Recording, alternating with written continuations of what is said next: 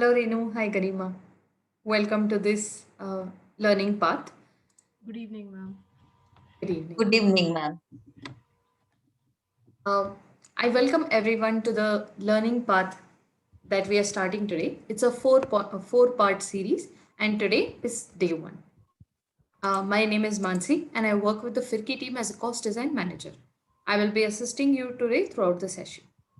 To begin with, let us learn a little bit about Firki. We'll watch a short video to understand the Firki website and its features. I request Prerna to share the video.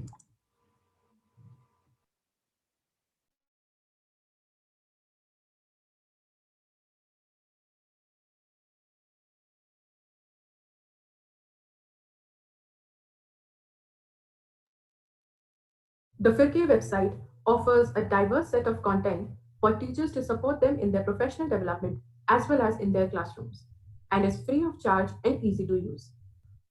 In order to access the portal, type firki.co and you will be directed to the Firki website. To register on Firki, fill in a brief registration form. You can also sign in through your Google account.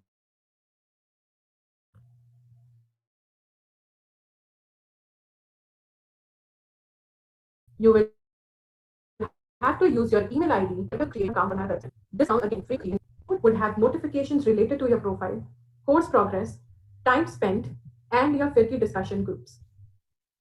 To access different pedagogical courses, you can click on the courses link on the top left of the screen. The courses page allows you to choose courses based on difficulty level and category. The courses are also available in different regional languages. Feel free to browse the different courses we have in our catalog using the search bar above. Each Firki course is designed using the FITS model that stands for Feel, Imagine, Do, and Share. The Feel section of the course helps you identify your current practices. The Imagine section defines the practices that one should follow to improve teaching and learning outcomes. A detailed description of strategies are highlighted under the Do section that one can implement in the classroom and with their students. At last, the Share section talks about ways in which one can share their learnings with each other.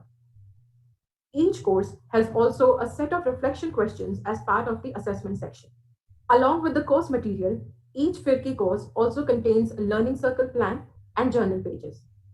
A learning circle plan helps the coaches and mentors conducting the offline learning circles to discuss and share learnings from the course.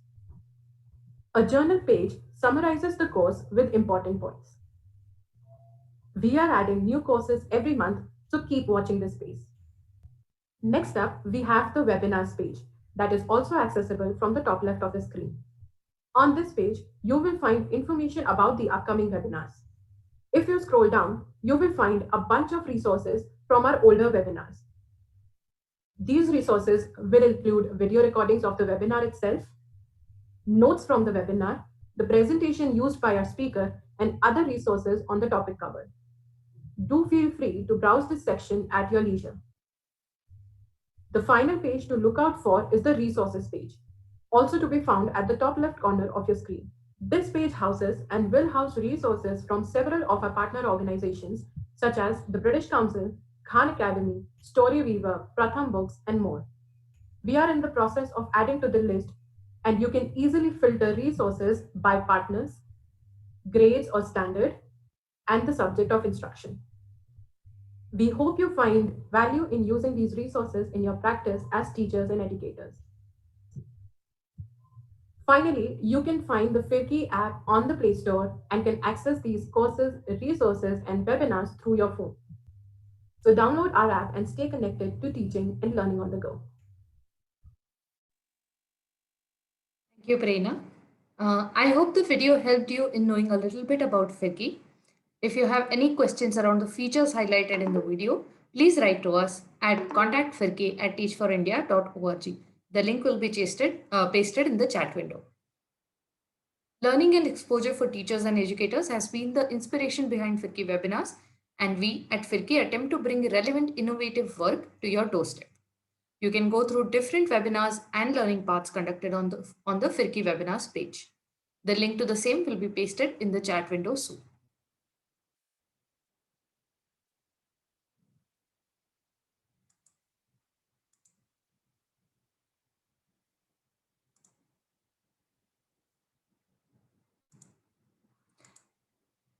FIRCI, in partnership with Dr. Veena Gupta, Director of Woodstock School Gwalior, is proud to launch the learning part titled Reflections and Perceptions of English Tutelage.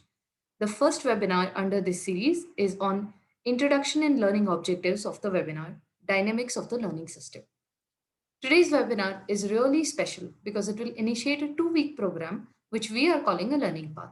We identified the need to create learning with more depth and mastery in specific content areas, catering to specific skills, and designed this learning path to provide the same. This learning path will consist of both online and offline learning, where online will consist of webinars and offline consist of pre-work or post-work, if any. We will also be providing a certificate of completion after you attend all 4 webinars under this learning path. I will also like to mention that we will be sharing a summative assessment form with you at the end of the 4th webinar under this learning path. And those who complete this assessment with a minimum passing score will get an advanced certificate co-signed by FIRCI and Woodstock School. As someone who has taught English before, I'm personally very excited to be part of this webinar series. I hope you are too. We'll move on into the webinar soon, but let me just quickly take you through some Zoom features before that. There's a mic button in front of you. Right now we are in Zoom meetings, which means you can actually unmute yourself and keep your video on.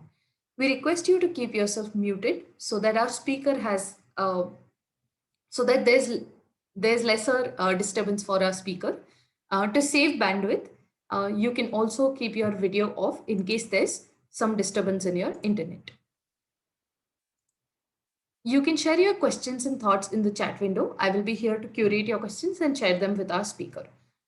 Throughout the webinar, I will be sharing this and they can address your questions as they come. That brings us to the norms for the webinar today. To make the discussion productive, keep your video and mic off, as I said, to reduce disturbance. Unmute only if and when our speaker asks you to do so. We request you to keep a pencil and a paper handy. You can keep typing your questions in the chat box during the session. The presenter will try and address as many of your questions as possible. I will be here to curate them as well. Do remember that learning new things is often difficult, but challenge yourself and reflect on your thinking and experiences today. The best way to remember something is to write it down, and we hope the pen and paper will come in handy for the same. We are here today with Dr. Veena Gupta. She's the director at Woodstock Schools.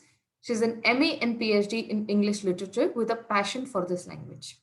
Along with her decades of teaching experience, Dr. Veena is also involved in several book clubs and writes poetry herself. I cannot wait to learn more about English language from Dr. Gupta. Ma'am, we are so excited to have you here, and I'm sure all the English teachers here are going to learn so much from you. I hand over the space to you.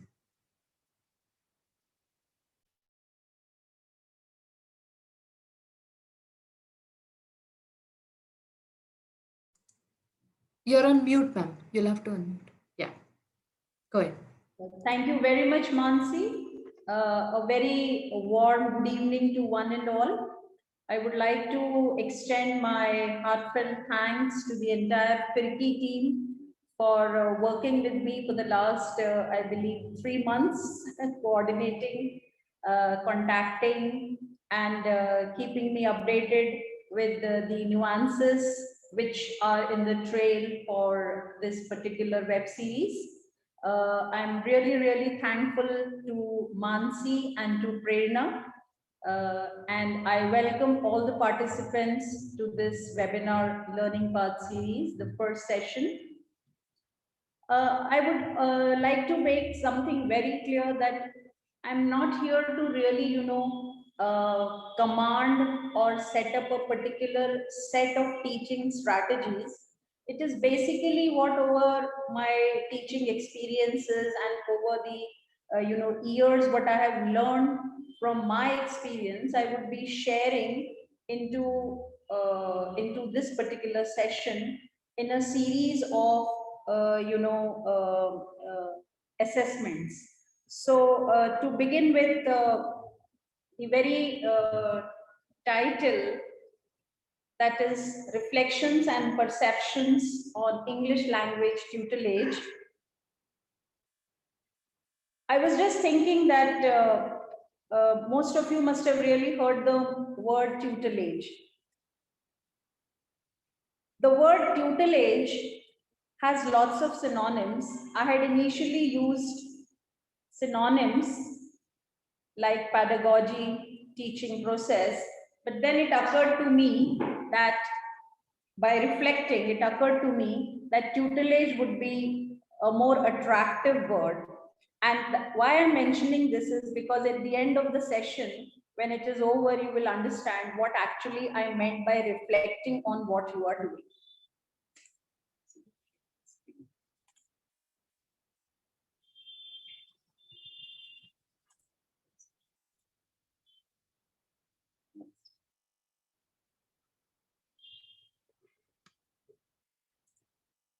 Yes, so reflections and perceptions on English language tutelage. The introduction and learning objectives of the webinar, as Mansi had already briefed you, and we are also talking about the dynamics of learning system while we are in the classroom. So the first question is, what is tutelage? What are reflections and perceptions? And how can we really encourage teacher reflection and perception? So when I ask you what is tutelage, the very basic meaning that comes to my mind is translation or transacting of syllabus intentions into classroom events in the teacher's operations, which means that if you are taking up prose poetry in terms of English, whatever is there in the syllabus, you are, according to a scheduled plan, going to your classroom and translating, sending across to the children what is there in the syllabus in your own manner, whatever the manner you feel is best for your children. You try to translate all the your operations. What is reflection? Very simple: to recall, to explore, and to reimagine. And perception would be the ability to notice, understand, or opine. So what I'm trying to tell you in this part of the series is that how can we make your translation of syllabus into your classroom by recalling, by exploring, by reimagining, and at the same time understanding or making a great observation out of your syllabus intentions. Now, there are various methods by which you can make your syllabus transaction into the classroom very interesting. The basic idea is that whatever we are doing in the classroom has to have an impact on the children in terms of their learning. So I have concised few ways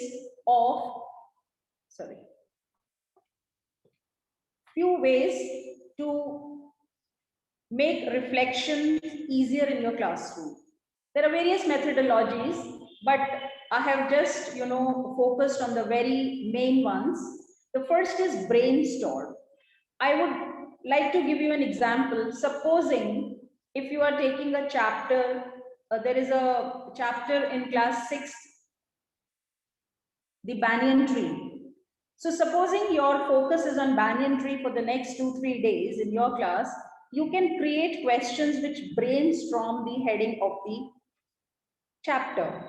You can create questions on banyan tree like who has a banyan tree, who has seen a banyan tree, what are the implications of having a banyan tree at home, what is the characteristic feature of a banyan tree. So there are various ways by which you can brainstorm a session in your class before actually hitting on to the main title.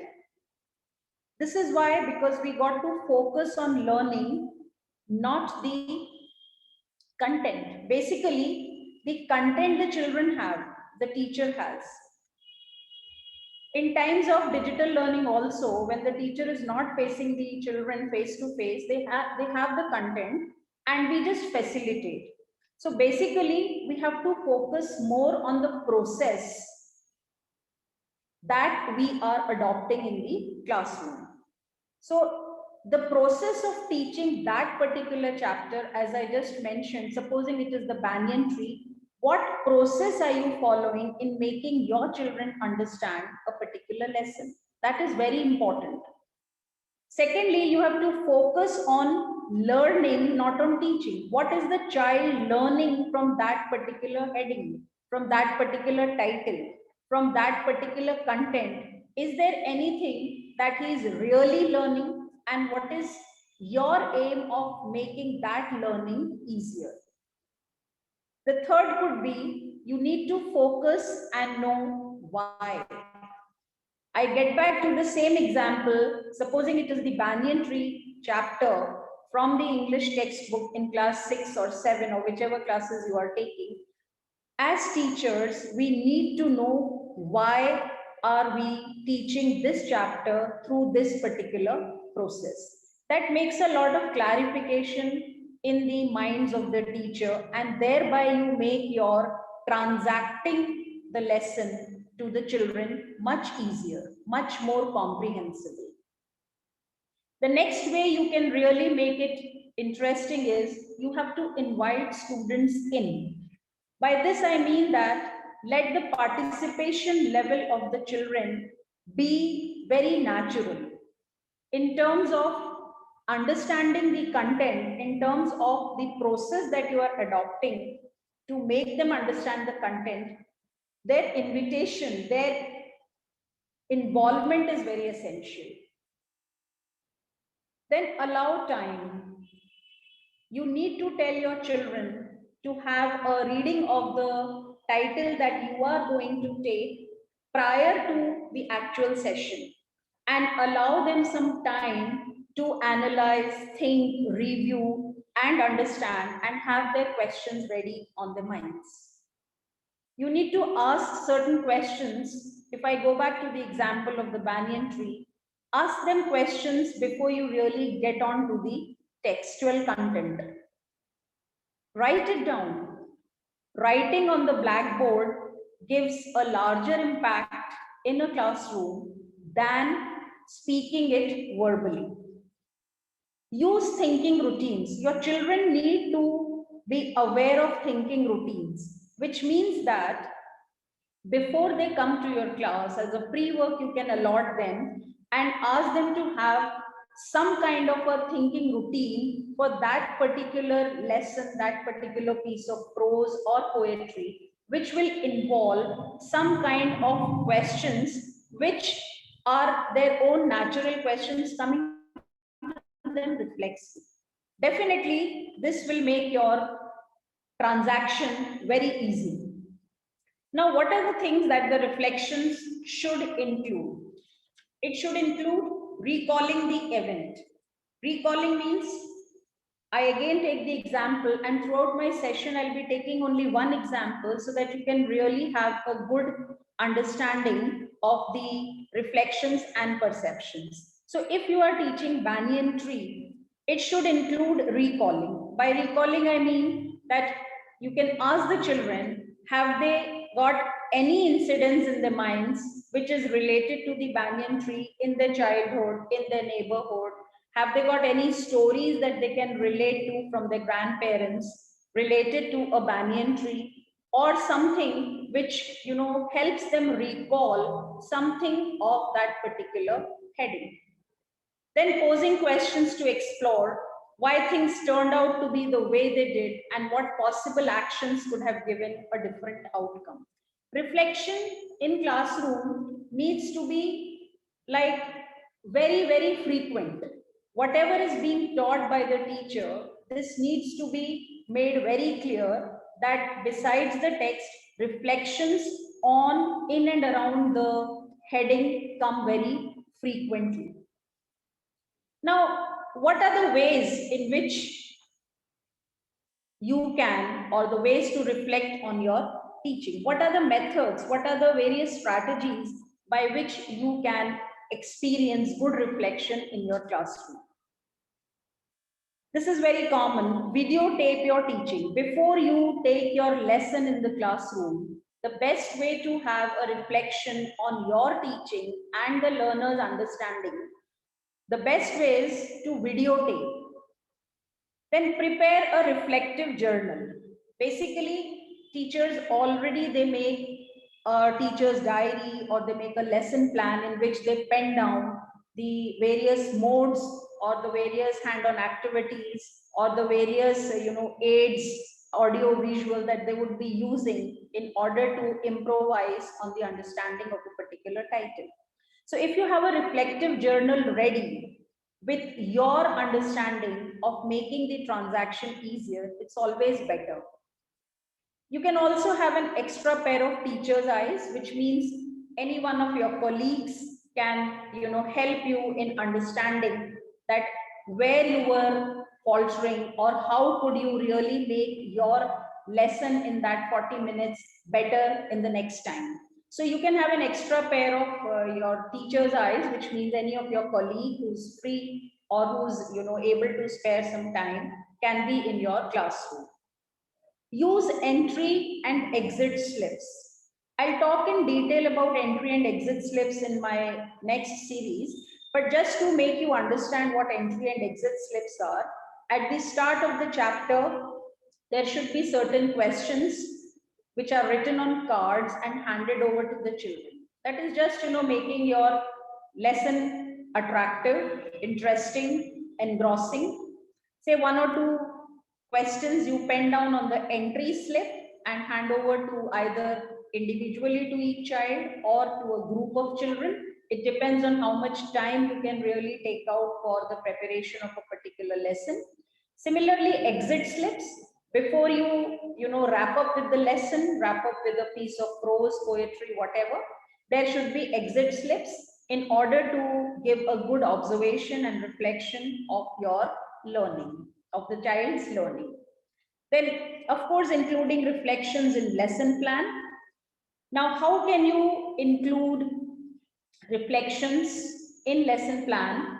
Through entry slips, exit slips, through a reflective journal, through some modes that I mentioned in my previous slide. One example I have given here is about an exit slip, which can be used to know about your teaching and to gauge students' understanding of your teaching at the end of the lesson. So basically, for the teacher's reflection, the exit slip would have, did you understand today's lesson? You can have as many variety of exit slips as you wish. Just by giving these three reactions and the child taking on any one would help you know whether you were comprehensible to the child or not. The second question that I have framed is, how can your teacher improve his or her teachings? Give 3 tips. So this will naturally depend on each child's understanding. If as a child I have understood very well, I would be, not probably giving tips. I would give a thumbs up. But if as an average child or a below average child, if my language is weak, if I needed to know more, then probably I would, as per my understanding, would give some tips to the teacher to make it more, understandable.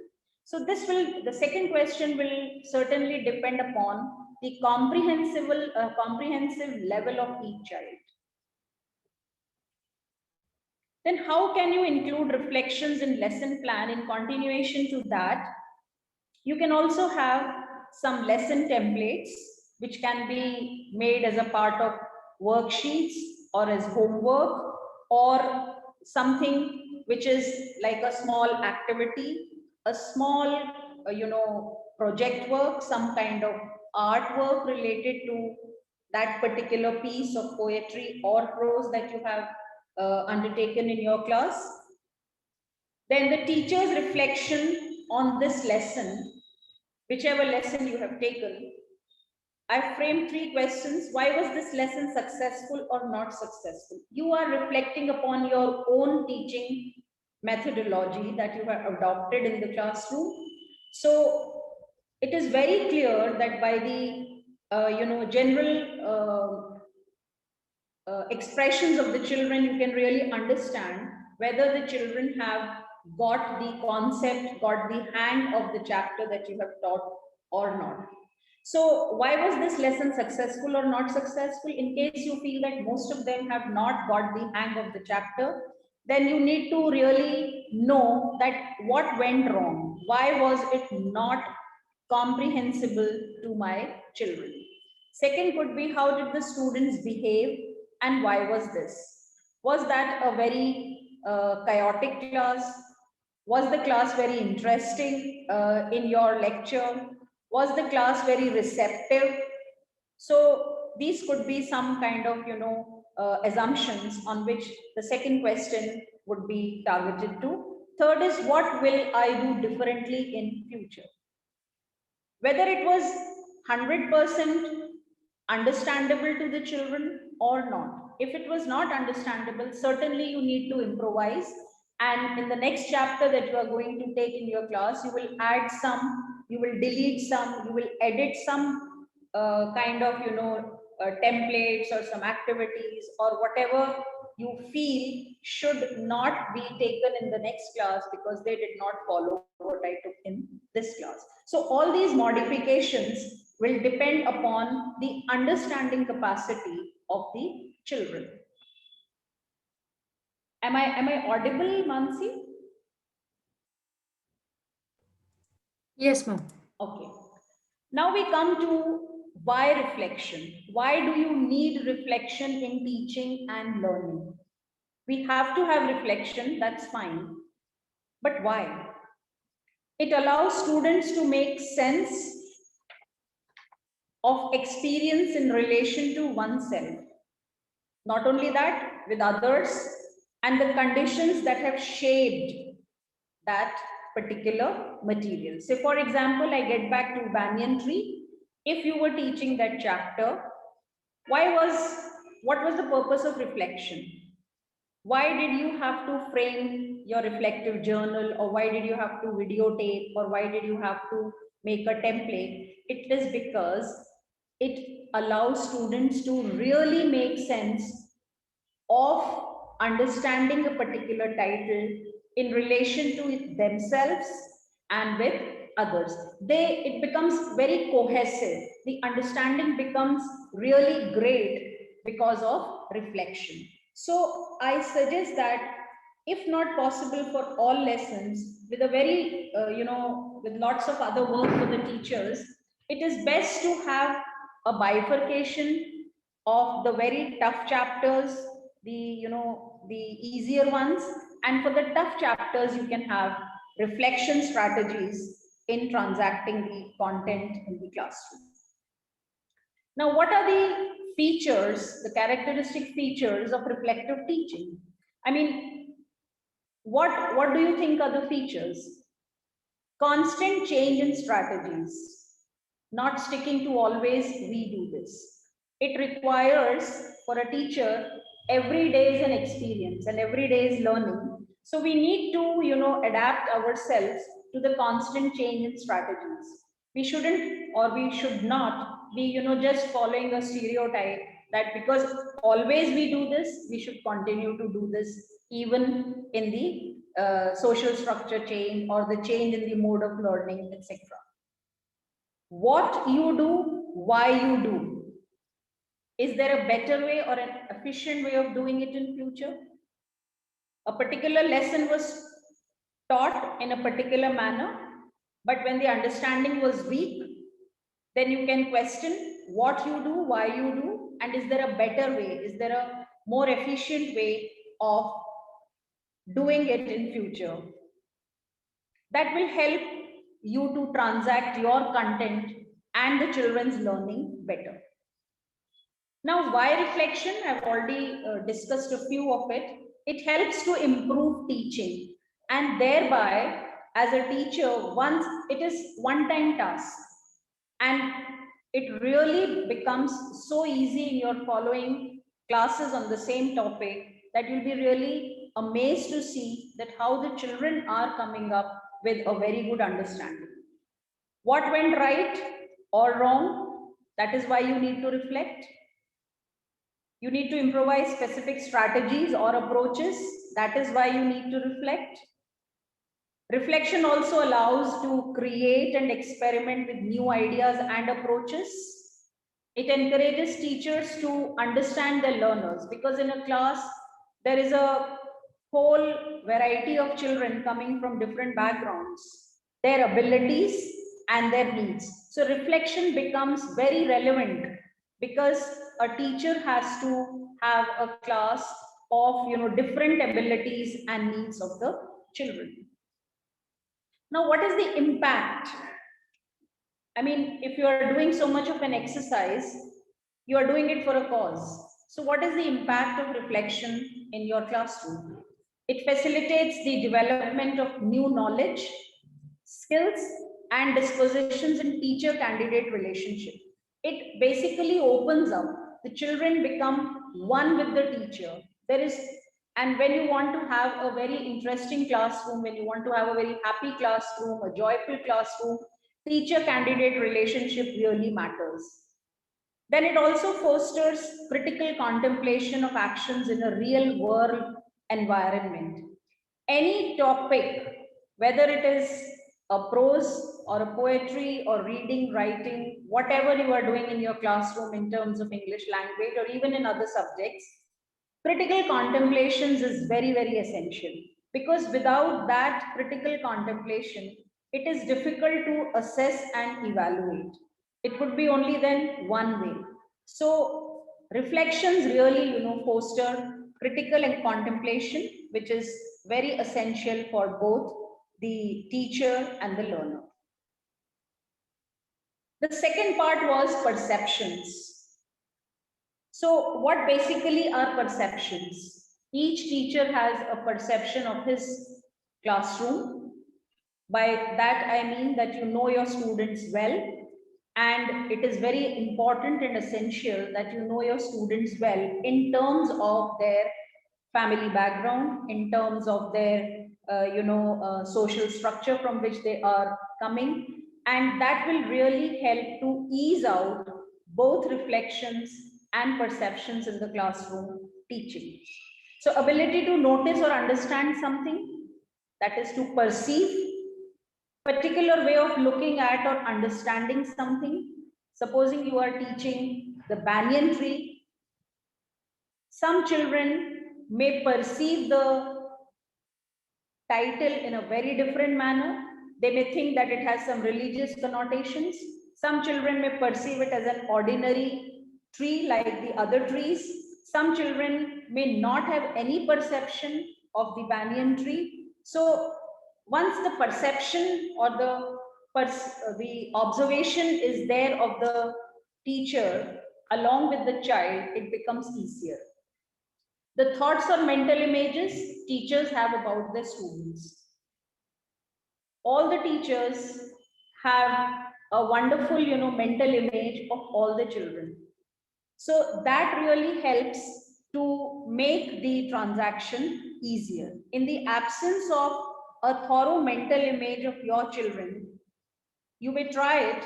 I have tried it. The transaction of the content in the classroom becomes really tough.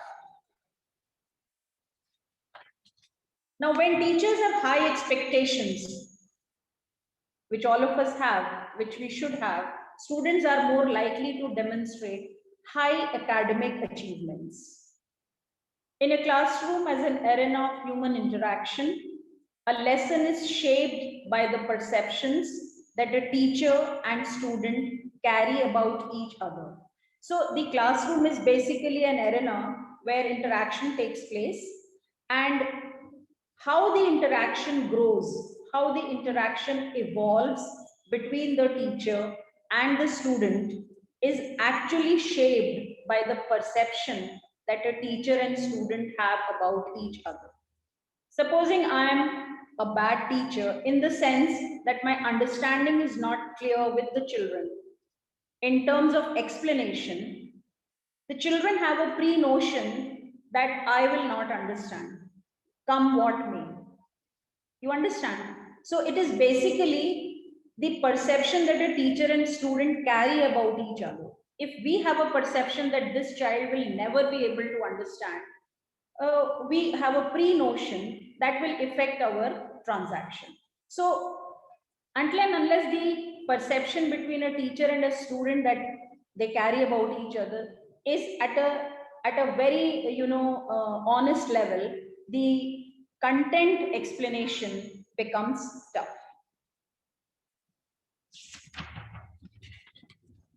Now, what are the learning objectives of this webinar series? We'll be talking of a few, examples in our next sessions. But what is basically the learning objective of reflections and perceptions in the English tutelage, and what are we carrying home? So we are focusing on the learning and taking home a few objectives. Motivated to know what student and teachers are trying to achieve. By taking a particular piece of prose or poetry which is on my syllabus in a classroom, I want to know that what am I going to make my children learn. Similarly, I also want to know what are my students wanting me to teach in this particular heading. Proactive in extending their understanding of new topics. The children have to be proactive along with the teacher in understanding, in extending their understanding of new topics. Use their existing knowledge to develop their understanding of new videos. Reimagine experience for future personal or social benefits. Whatever is being learned in the classroom, would it be an experience for a future personal or a social benefit? So basically the teaching has to be made in such a fashion that it really becomes relevant and useful sometime, somewhere in future personal or social benefits. Then reflections and perceptions also create a sense of ownership. You know, when you thoroughly follow the tenets of perceptions and creating reflections, then a sense of ownership is created. That is giving children the freedom to ask, giving children the freedom to express what they know, giving children the freedom to,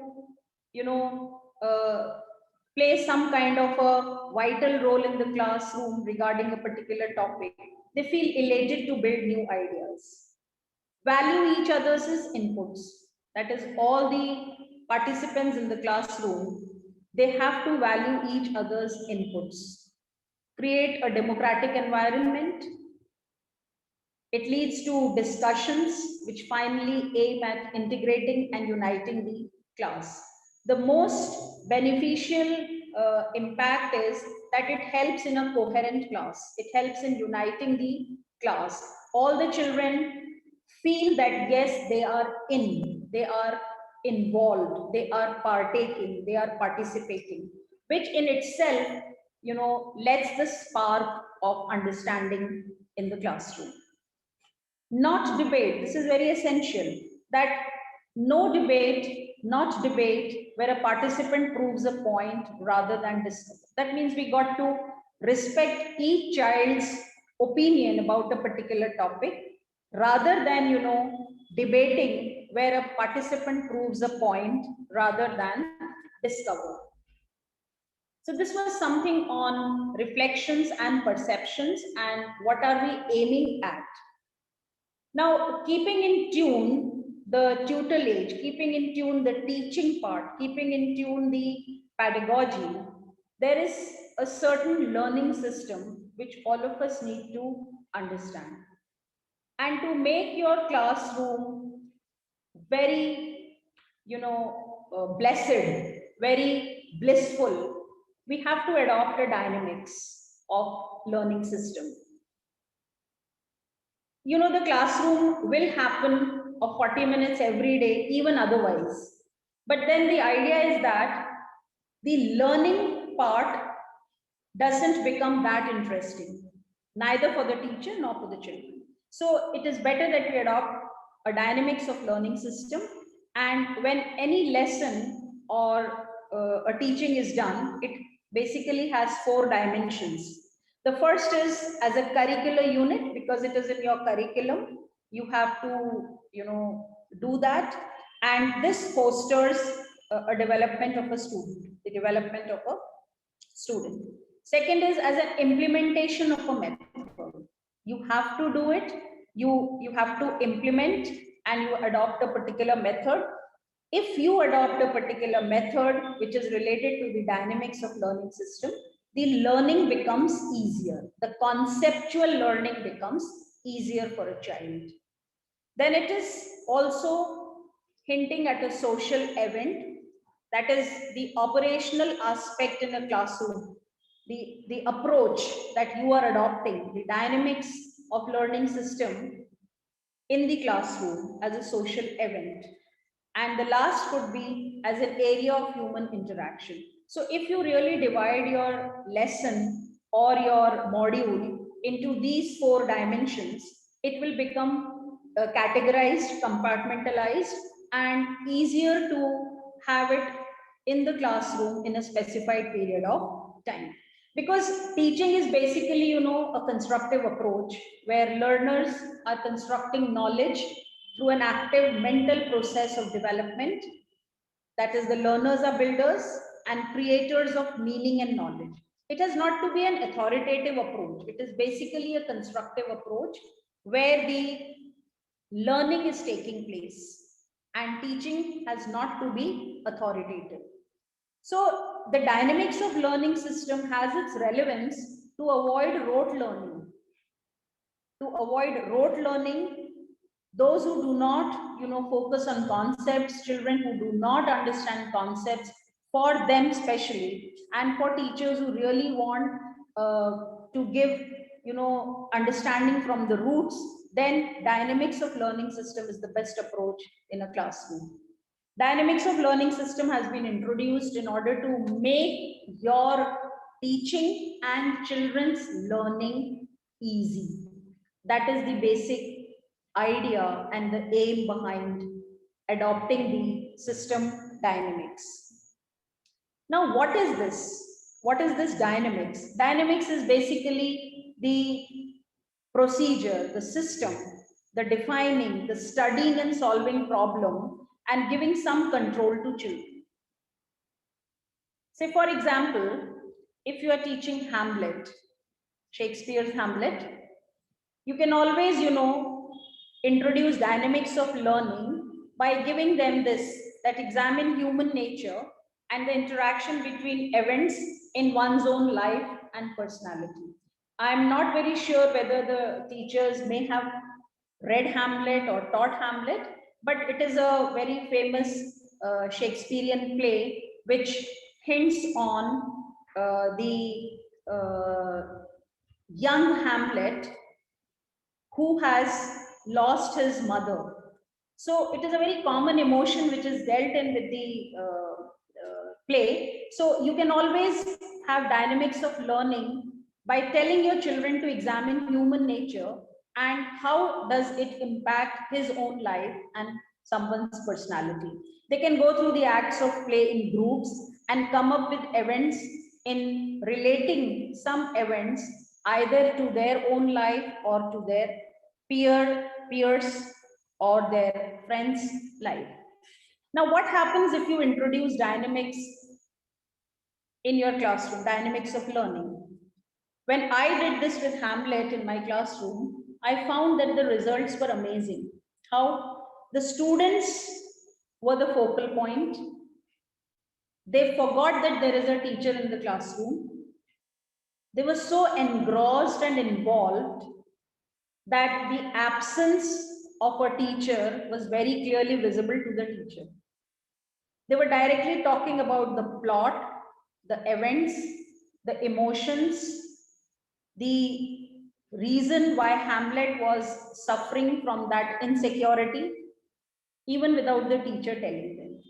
So it is basically, making the child understand by relating it to his own experience or to his to his friend's experience, or if not, it's not necessary, to anyone.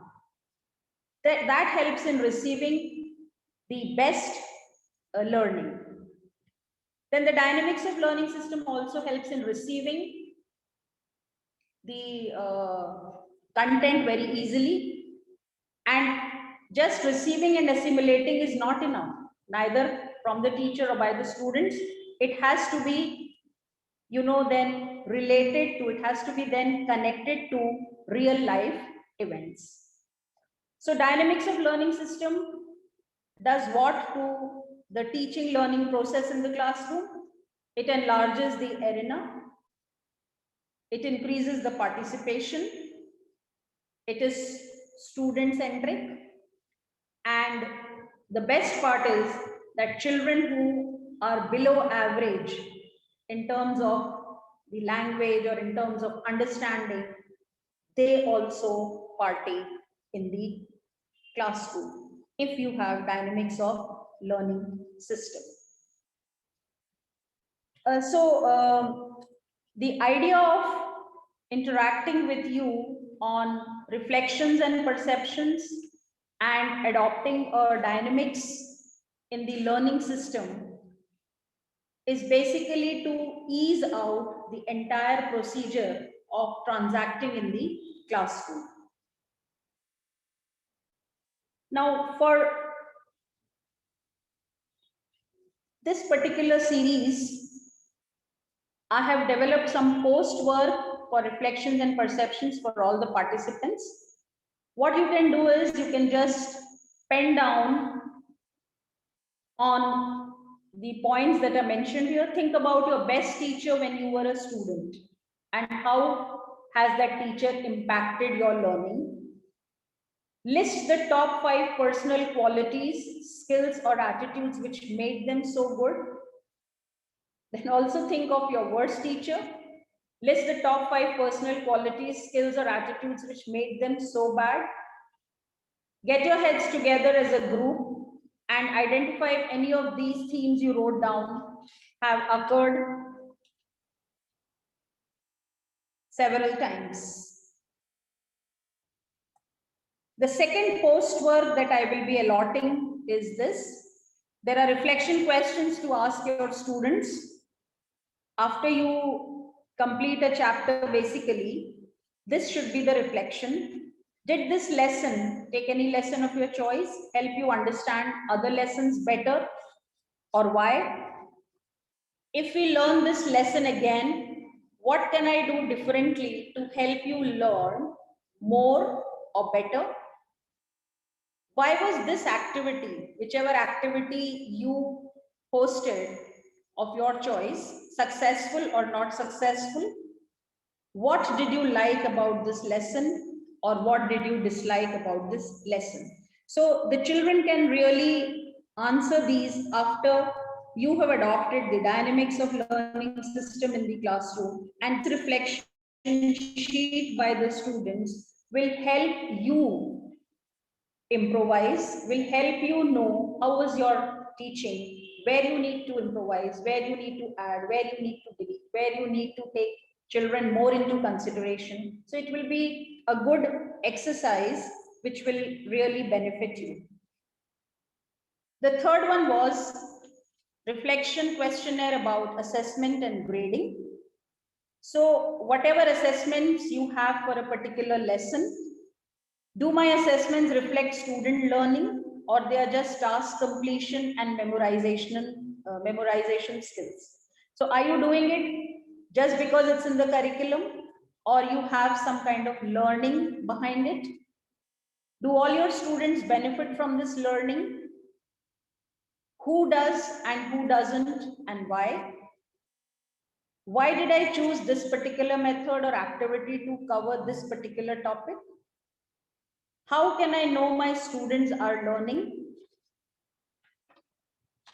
You can have evidences. What new strategies can I try later that might benefit a student that I'm struggling with?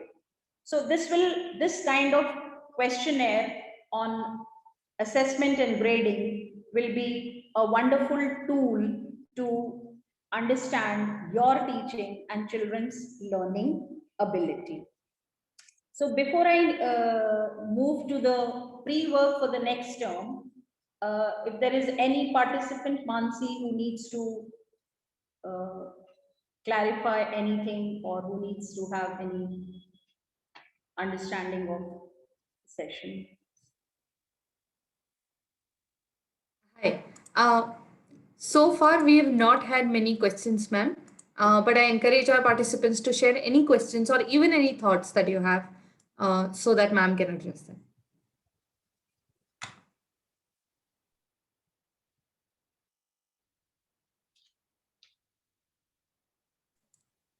They want to see the first slide of homework.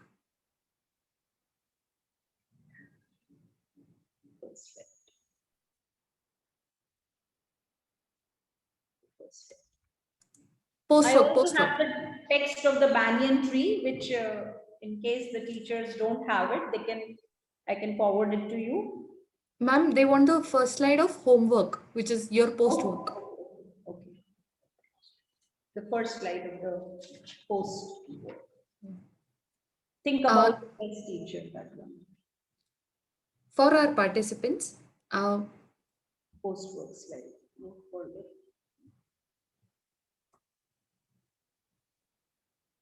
ma'am, there's a question. I want to know if there are language barrier. If there are language barriers, then how to motivate them? I mean, the beginner level students who are unable to participate in English language. Yeah, that's a question. Yes. Okay, yes, I'm sure because the class is multilingual. Children are coming from various backgrounds, and I'm sure if they are from regional backgrounds, English is not the mode of communication at home. So certainly you will have problems with those children whose language is weak. But then the idea is that what I do is that I instill it, I psych my children that English conversation is a must here in my class. Now, when you do it continuously for 2-3 months, whatever you are, talking to them, telling them, teaching them, they will understand with a blank face. They will not understand, I mean to say. But then the only way to motivate is that you can, whether right or wrong, they have to get on to speaking English. They have to. Whether it is right or wrong is besides the point. So initially you will have problem, but with a little bit of patience and with a little bit of hard work, giving them some, links to read, giving them some small storybooks, asking them to hear some TV news, English channels, or asking them to hear some audio tapes, or just, 5 minutes of loud reading, encouraging that in the classroom will certainly help you overcome this problem.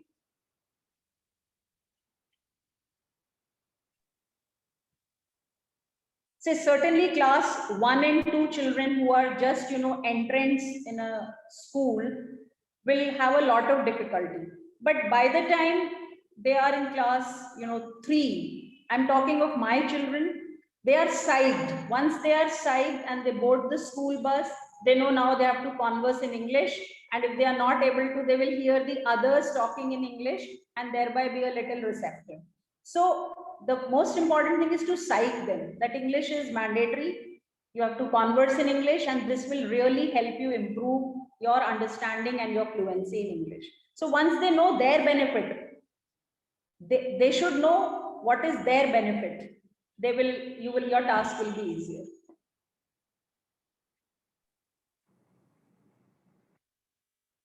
Thank you for that response, ma'am. We also have someone called Sanjana who has raised her hand. Sanjana, if it's a question, you can unmute yourself and ask. Yeah, hi ma'am. I'm here. Ma'am, I was just wondering that with the amount of things that were covered so far, it actually requires a lot of planning from a teacher's end, which is fair.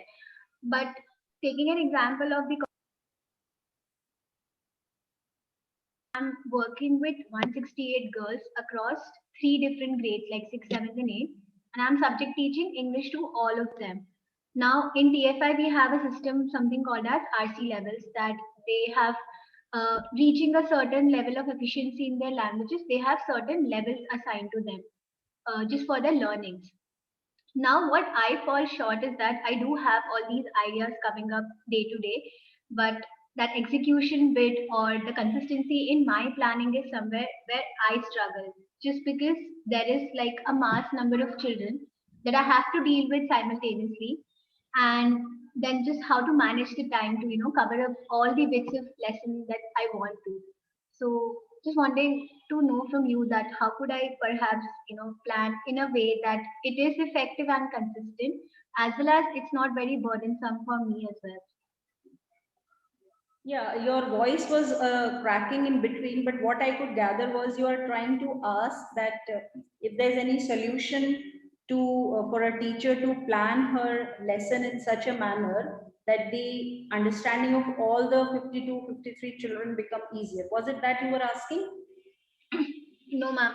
So I have 168 kids in total, and they are in different grades. But then I subject teach to all of them. And in TFI, we have some other structure called as an RC based structure.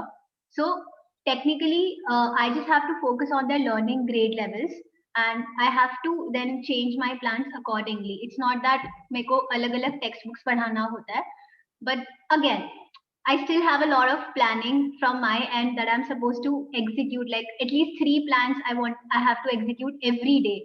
So that is a part which gets very overwhelming for me as a teacher. Even though I have immense number of ideas, it's just I'm not able to execute any of them effectively. Okay, so where do you feel the difficulty? Why do you feel, or how have you felt that what you have planned is not executed properly? Where did you feel the problem? The main problem so far is in just managing my time to design the plan, which is in my head. Like making it come alive is like I do get ideas, I jot the pointers down, but if I know that for a fact I need to get these deliverables every day for my kids, that is where my consistency is not coming, because I'm not able to either manage my time or energy, and it's just very exhausting because then there are ample of things that we are doing simultaneously. It's not just that we just have to content plan.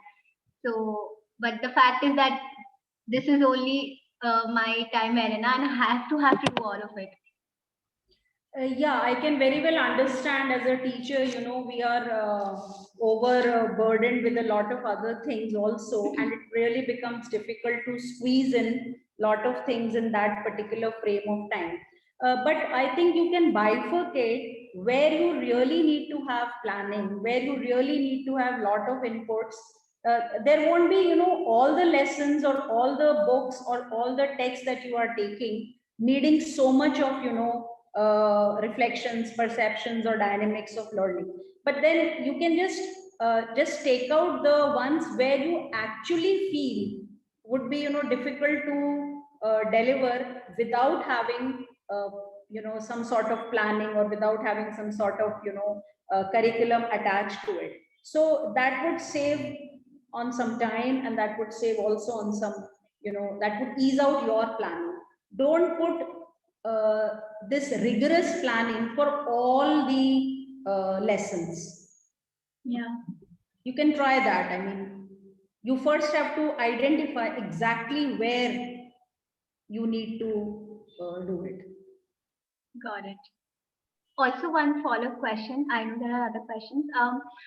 Like being an English teacher or just being a teacher, like are there any such training or courses? Because I'm very new to this field now, and I'm not 100% sure that I still want to be a teacher when I work ahead. But just the fact that now, since I'm in this field of education, could you just suggest some of the must-have learning courses that we as teachers must, enroll for, just to upskill ourselves?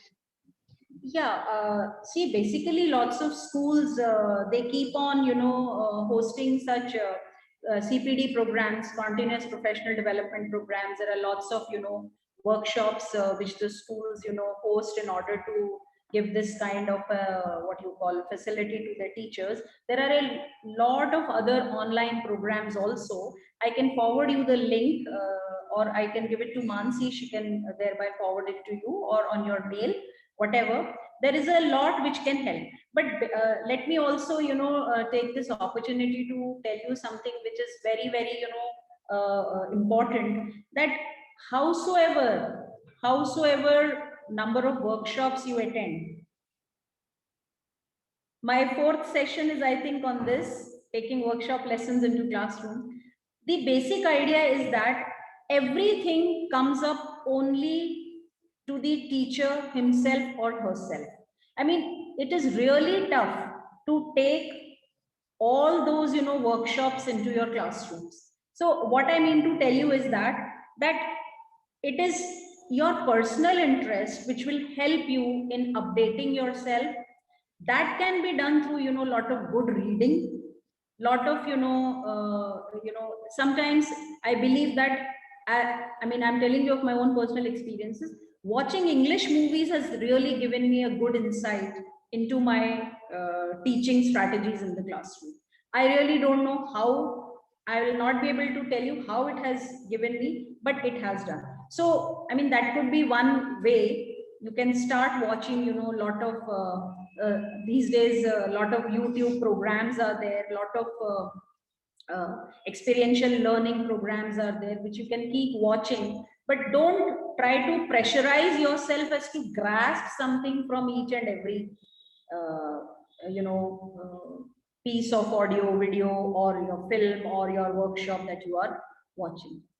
So, it is said that you are a teacher if you are a compassionate person and you have a passion for teaching. So if you have a passion for teaching, there is no looking back. I mean, there are various ways in which you can help yourself, not necessarily through, online programs, or necessarily through YouTube.